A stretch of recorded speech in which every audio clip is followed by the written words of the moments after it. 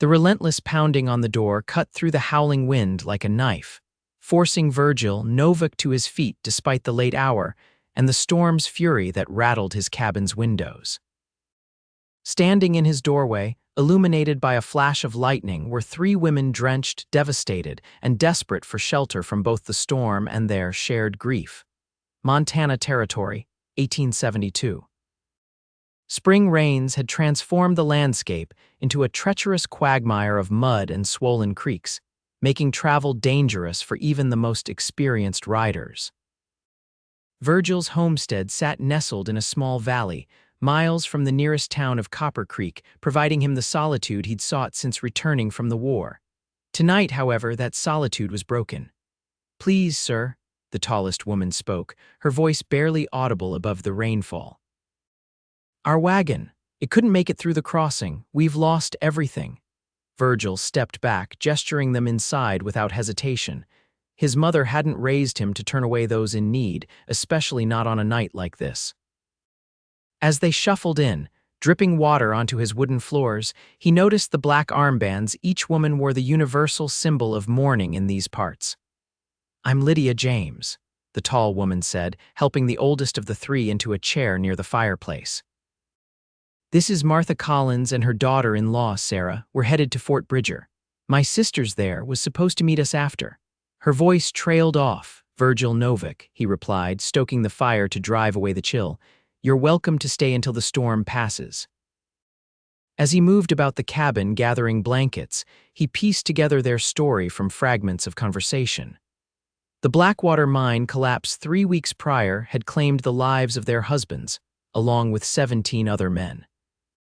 The mining company had given them 2 weeks to vacate company housing before bringing in new workers.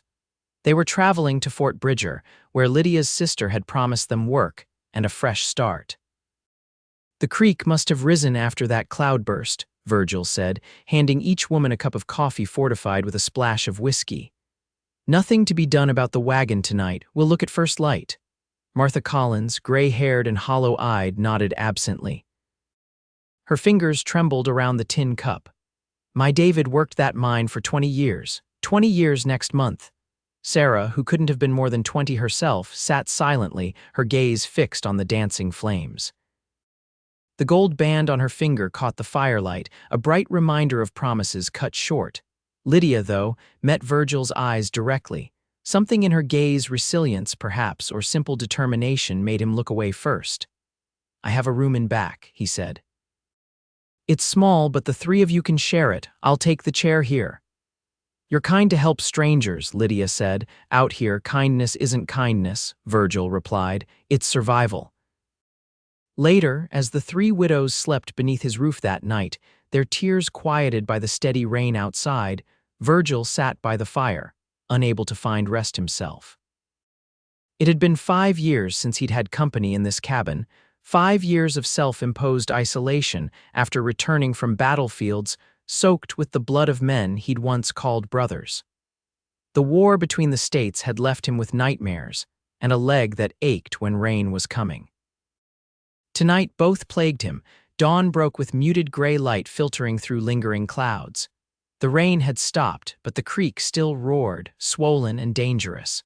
Virgil had breakfast waiting when the women emerged from the backroom: cornbread, beans, and coffee. Simple fare, but hot and filling. "We need to see about our wagon," Lydia announced, pulling on her still damp coat. Virgil nodded. "I'll saddle my horse." The sight at the creek crossing confirmed his fears. The wagon lay on its side, half submerged in muddy water. Their trunks and supplies had been swept downstream, scattered along the banks, or carried away entirely. The horse they'd been using, thankfully, had broken free and stood grazing nervously on the far bank. "Everything we had left," Sarah whispered, her first words since arriving. Her voice carried the flat tone of someone who had already lost too much to be surprised by further misfortune.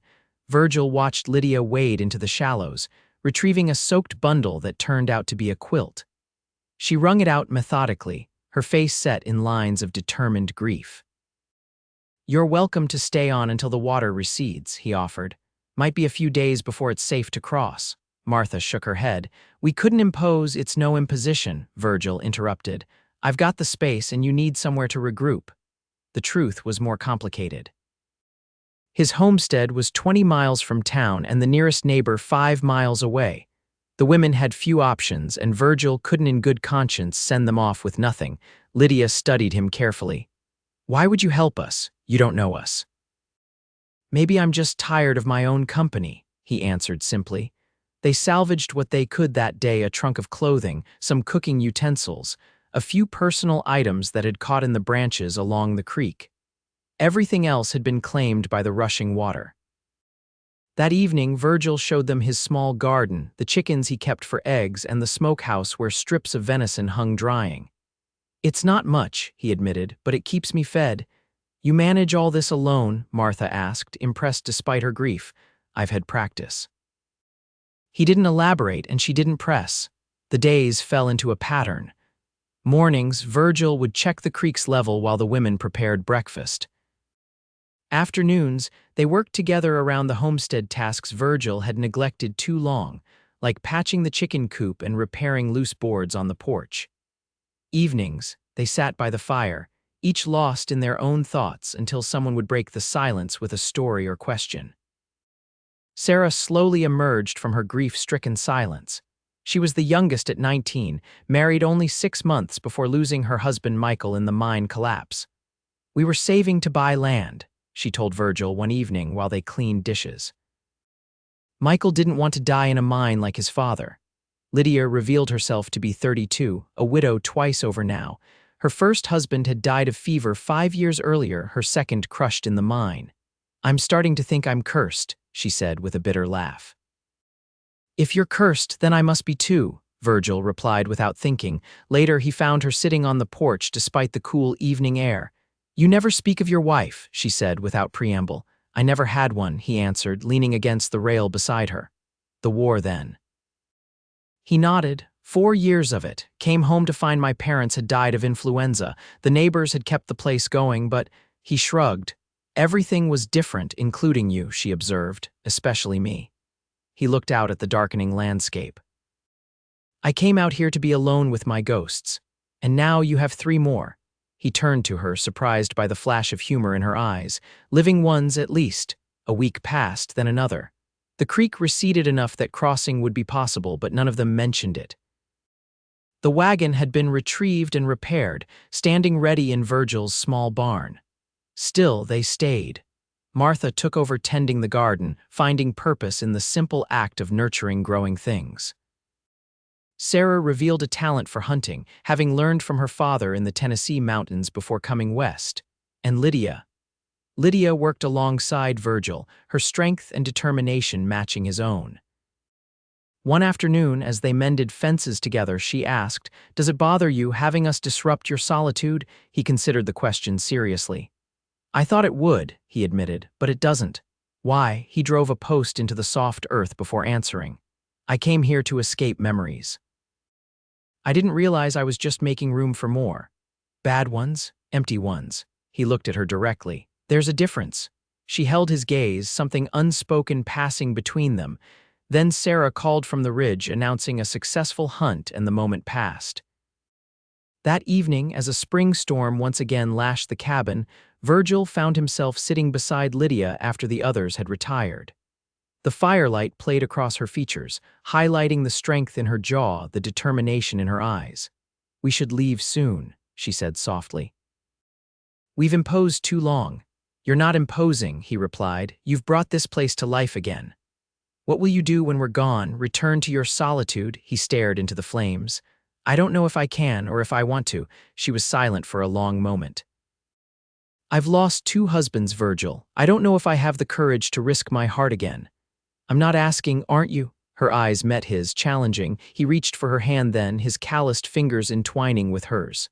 Maybe I am. Or maybe I'm just asking you to stay a little longer while we both figure it out. She didn't pull away. Martha and Sarah, they've noticed, he said with a small smile.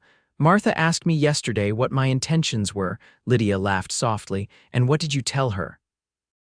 That I hadn't had intentions in a very long time, but I was working on it. The following day, Virgil rode into Copper Creek for supplies. The town had grown in the months since his last visit. The railroad was coming through, bringing new businesses and opportunities. At the general store, he purchased seeds, ammunition, and fabrics the women had requested. As an afterthought, he added 3 small parcels of peppermint sticks. "Haven't seen you in town for a spell, Novak," the storekeeper, Harold Winters, commented as he tallied the purchases. "And buying women's things now, something changed out at your place." "Just some folks staying a while," Virgil answered, unwilling to elaborate. "Heard about those widows from the Blackwater collapse," Harold continued, undeterred. "Companies already got new miners in those houses."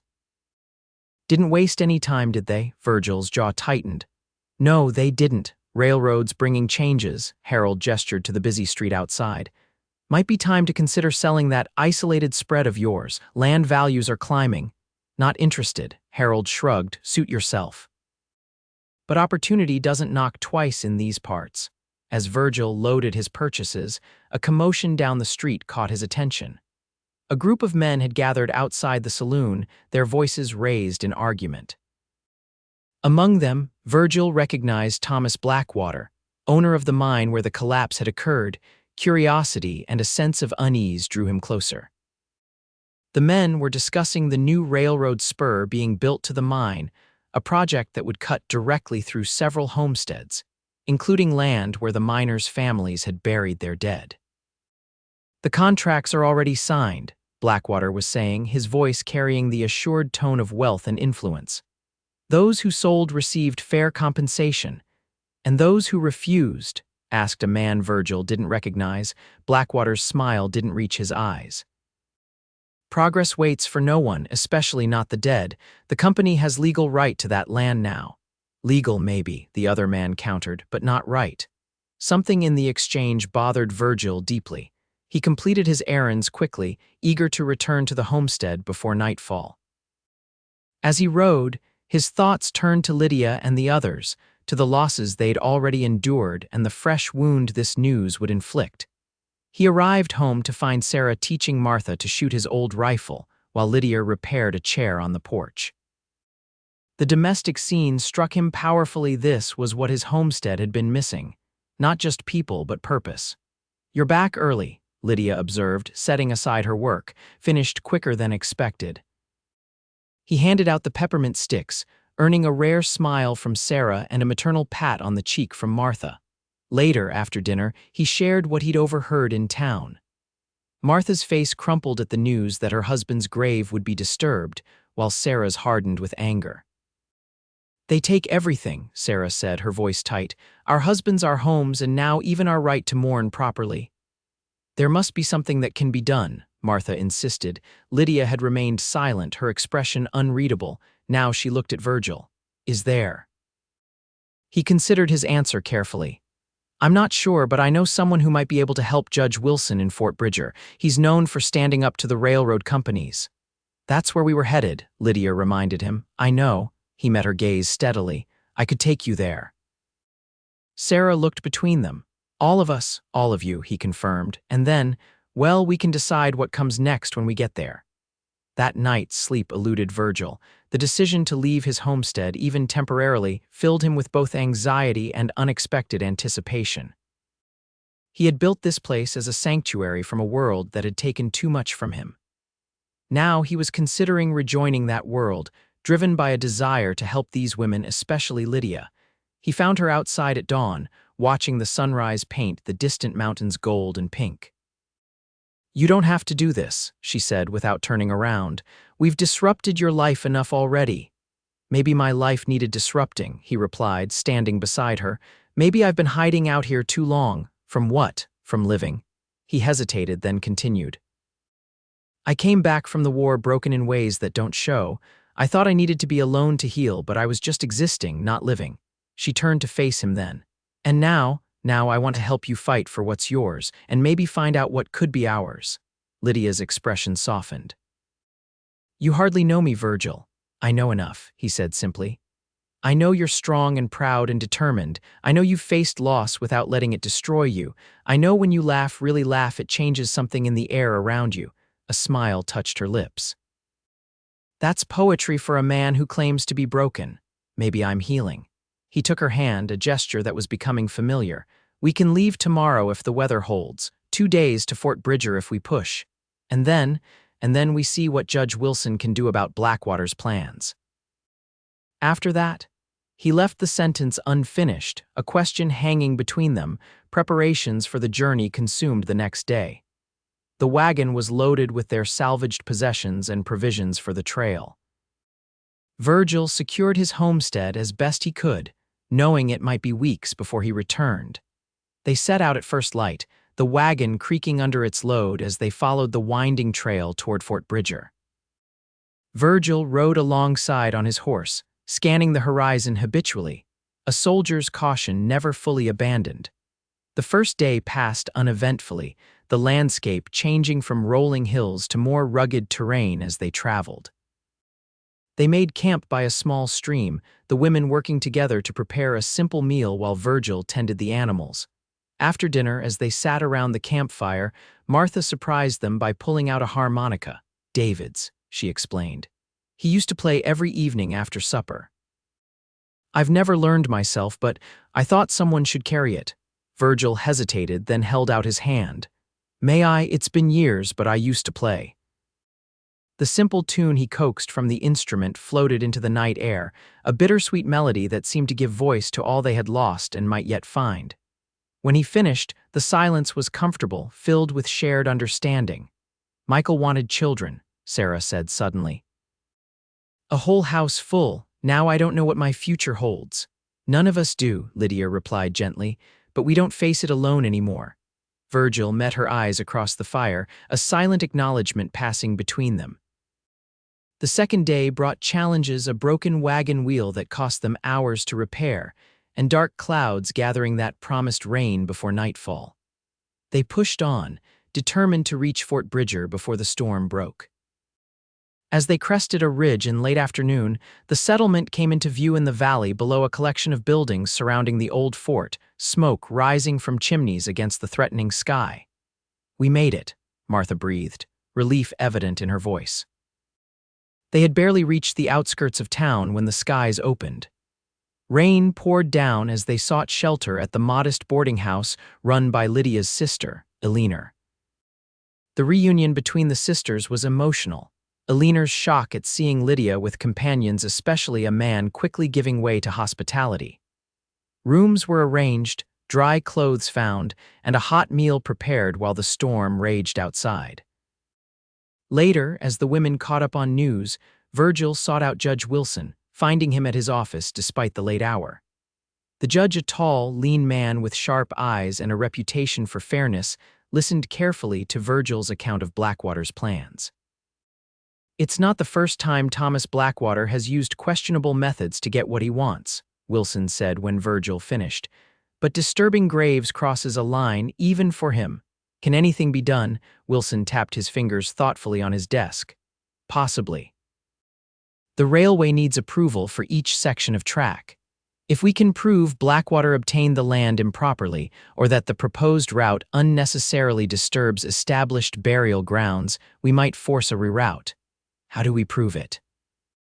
"We need documentation, the original deeds, agreements with the miners about the cemetery land, evidence of any coercion in the sales." The judge sighed. "Not easy to obtain, especially against someone as powerful as Blackwater." Virgil thought of Martha's grief, of Sarah's anger, of Lydia's quiet determination. "We'll find a way." Returning to the boarding house, he found Lydia waiting for him in the small parlor, the others having retired for the night. "Judge Wilson thinks we have a chance," he told her, settling into the chair opposite hers. "It won't be easy, though. Nothing worth fighting forever is." She studied him in the lamplight. "You didn't have to get involved in this, Virgil. It's not your battle. I chose to make it mine." He leaned forward. "Just like I'm choosing to tell you that these past weeks have meant something to me, something I wasn't expecting to find again." "And what's that?" "Hope." The word emerged simply, honestly. "You and Martha and Sarah brought life back to my homestead, but you, Lydia. You brought hope back to me." She was quiet for a long moment. "I'm afraid," she finally admitted. "Not just of Blackwater and what we're facing, but of what I'm feeling for you. I buried 2 husbands, Virgil. I'm not sure I could survive losing a third." He reached across the space between them, taking her hands in his. I can't promise what the future holds. No one can, but I do know that finding you, all of you, that stormy night wasn't just chance. Some things are meant to be, even if the path to them is harder than we'd wish. A tear slipped down her cheek. When did you become such an optimist? The moment you knocked on my door, he answered, wiping the tear away gently. The next morning brought clearer skies and a plan of action. Judge Wilson had arranged a meeting with several other families affected by Blackwater's railway plans. Together, they pieced together a troubling pattern: documents signed under duress, promises broken, threats made to those who resisted selling. We need more, Wilson told the assembled group. Something concrete that proves misconduct. The mine office, Sarah suggested suddenly. They keep copies of all agreements with the workers, including housing arrangements. My husband showed me once. There's a clause about the cemetery land being set aside permanently for the miners' families. Wilson nodded thoughtfully. That would help our case considerably, but getting access to those records won't be easy. I'll go, Virgil volunteered. I can ride back tonight. Not alone, Lydia stated firmly. I'm coming with you. Despite protests from both Wilson and Virgil, Lydia was adamant. I know the mine office layout. I helped the clerk organize those files last winter when they needed extra hands. In the end, it was decided that Virgil and Lydia would return to Copper Creek immediately, while Martha and Sarah remained in Fort Bridger with Alina, continuing to gather statements from other affected families. The journey back was faster with just the two of them on horseback. They rode hard, speaking little, each lost in thoughts of what lay ahead. The connection between them had deepened, but remained largely unspoken, a current running beneath the surface of their interactions. They reached Copper Creek after nightfall on the second day. The town was quiet, most establishments already closed except for the saloon, from which piano music and raucous laughter spilled into the street. We should wait until morning, Virgil said as they stabled their horses at the livery. The office will be empty then, with most workers down in the mine. Where will we stay? Lydia asked, fatigue evident in her voice. I know a place, he replied. The widow Carson rents rooms occasionally. She's discreet, Mrs. Carson proved to be a sharp-eyed woman of about 60 who asked no questions when Virgil requested 2 rooms for the night, though her knowing look made Lydia blush. Alone in her small room, Lydia found sleep elusive despite her exhaustion. The weight of tomorrow's task pressed on her, along with thoughts of Virgil just down the hall. When a soft knock came at her door, she wasn't surprised. Virgil stood in the hallway, his expression troubled. I couldn't sleep, he admitted. Neither could I. She stepped back, allowing him to enter. I'm worried about tomorrow, he said, remaining near the door. If we're caught, Blackwater won't be merciful. I know the risks. Do you? His voice was intense. Because I'm realizing how much I have to lose now, Lydia. How much you've come to mean to me in such a short time. She moved closer to him, close enough to feel the warmth radiating from his body. When James died in the mine, I thought I was done with love, done with hope. Then you opened your door that rainy night and something changed. His hand came up to cup her cheek. For me too. When their lips met, it was gentle at first, then deepening with shared need and newfound hope. It was Lydia who finally pulled away, breathless. We should rest, she whispered. Tomorrow will test us both. He nodded, pressing his forehead against hers. When this is over, when we've done what we came to do. When this is over, she finished for him, we'll have time to discover what's growing between us. Dawn found them outside the mine office, watching as miners filed in for the morning shift change. As predicted, the office emptied once operations were underway, leaving only a single clerk. I'll distract him, Lydia said. You find the files. Their plan worked initially. Lydia entered the office claiming to be collecting personal effects from her late husband's employment records, engaging the young clerk in conversation while Virgil slipped in through a side entrance. In the records room, Virgil quickly located the cabinet Sarah had described. The files were organized by year, and he soon found the section containing property agreements. Just as he discovered the document they needed clearly stating the cemetery land was deeded in perpetuity to the miners' families, A commotion erupted in the front office. Thomas Blackwater had arrived unexpectedly.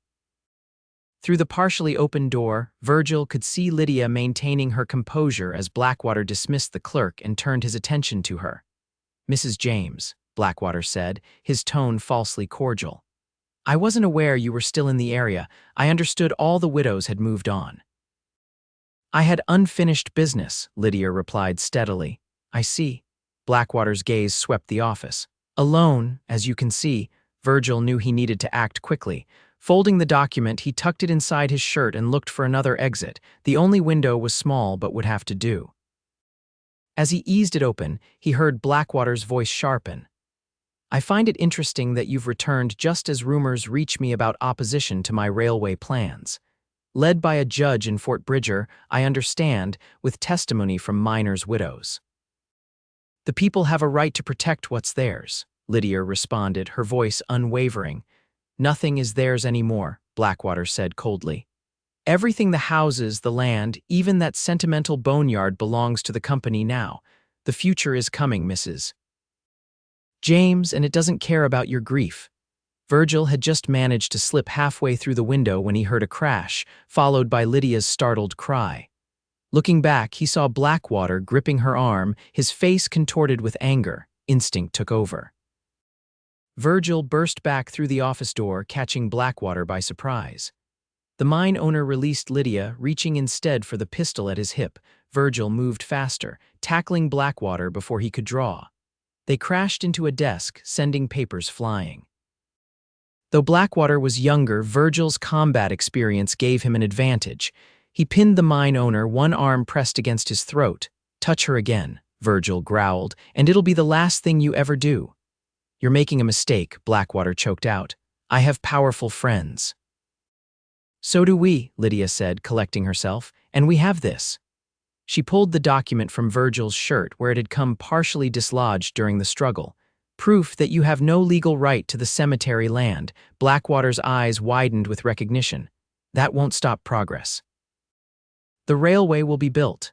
"Perhaps," Virgil conceded, easing his pressure slightly. "But it will be built around the graves, not through them, and you'll compensate these families fairly for what you've taken." "Or what?" Blackwater sneered. "Or Judge Wilson files formal charges against you for fraud and intimidation," Lydia answered. "With witness statements we've already collected, your powerful friends might reconsider their association when that happens." For a moment, the only sound was Blackwater's labored breathing as he weighed his options. Finally, he gave a curt nod. "Take the document, take whatever settlement you think you can get, but this isn't over." "For now, it is," Virgil said, releasing him and stepping back, keeping himself between Blackwater and Lydia. They left quickly, the precious document secured inside Lydia's coat. Neither spoke until they had retrieved their horses and were well outside town. "That was too close," Virgil finally said, his heart still racing from the confrontation, "but we succeeded." Lydia's smile was triumphant despite her shaken appearance. "This will help the others. Blackwater won't give up easily." "No," she agreed, "but neither will we."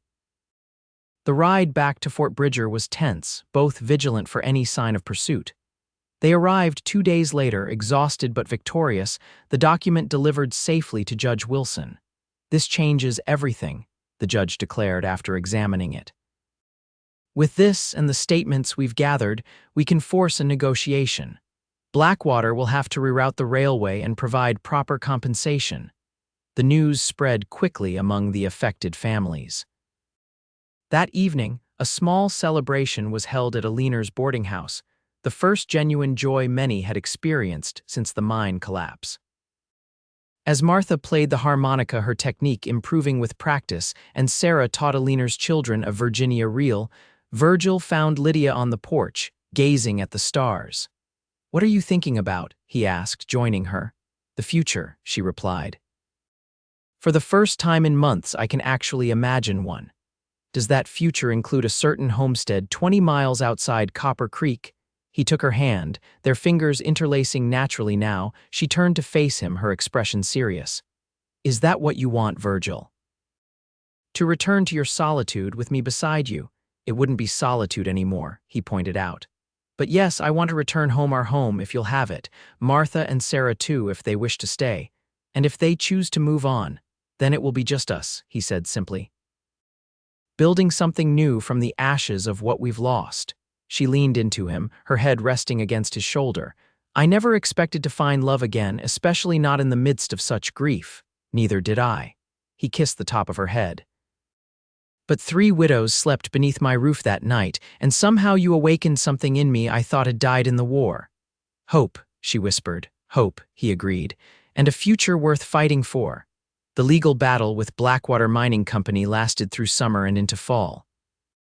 Judge Wilson, true to his word, used the evidence they'd gathered to force a settlement.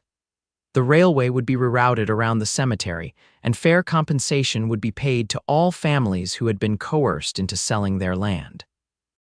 Martha chose to remain in Fort Bridger with Alina, finding purpose in helping with the boarding house and a budding friendship with the local church minister. Sarah, surprising everyone including herself, accepted an offer to teach at the newly established school in Copper Creek, her natural way with children finally finding expression. And Lydia returned with Virgil to the homestead that had sheltered her on that stormy night months before. This time, though, she came not as a grieving widow seeking temporary refuge, but as a woman looking toward the future. Their wedding was small but joyful, held in the meadow behind the cabin as autumn painted the surrounding hills gold and crimson. Judge Wilson presided, with Martha, Sarah, and Alina standing witness. Even Mrs. Carson made the journey from Copper Creek, bringing with her a handmade quilt as a wedding gift. I knew that night you came for rooms, she told them with a wink, that you'd be needing just one before long. Life settled into new rhythms.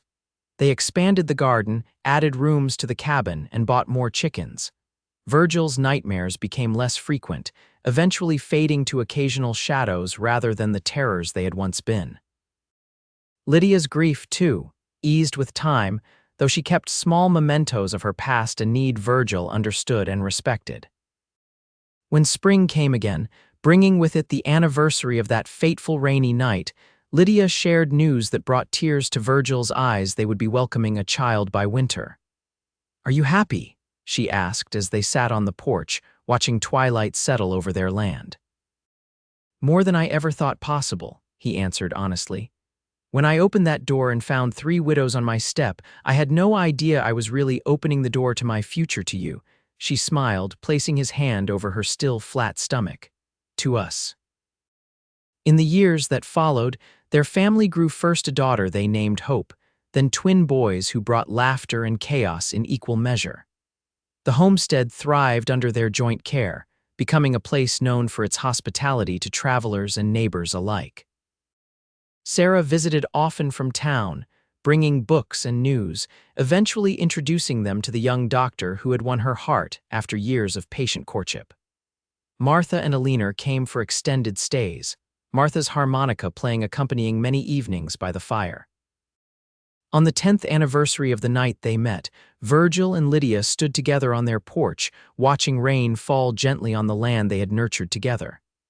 "Do you ever think about how differently our lives might have turned out?" Lydia asked softly, "if the creek hadn't flooded that night? If you hadn't opened your door to 3 grieving strangers?" Virgil's arm tightened around her waist. "Sometimes. But then I remember something my father used to say, that the hardest storms often clear the way for the brightest days." He was a wise man. "He would have loved you," Virgil said, kissing her temple, "almost as much as I do." Inside, their children slept peacefully, the rain a gentle lullaby on the roof above them. And in that moment, as they stood together watching the rain that had once brought tears now nourished their land, both Virgil and Lydia knew with absolute certainty that some storms were worth weathering for the rainbow that followed. Their story, born of grief, forged in struggle, and blossoming into love, had become something neither could have imagined on that rain-soaked night when 3 widows sought shelter beneath a lonely man's roof. It had become a legacy of hope, proving that even from the darkest moments, new beginnings could emerge for those brave enough to open their doors and their hearts to unexpected possibilities.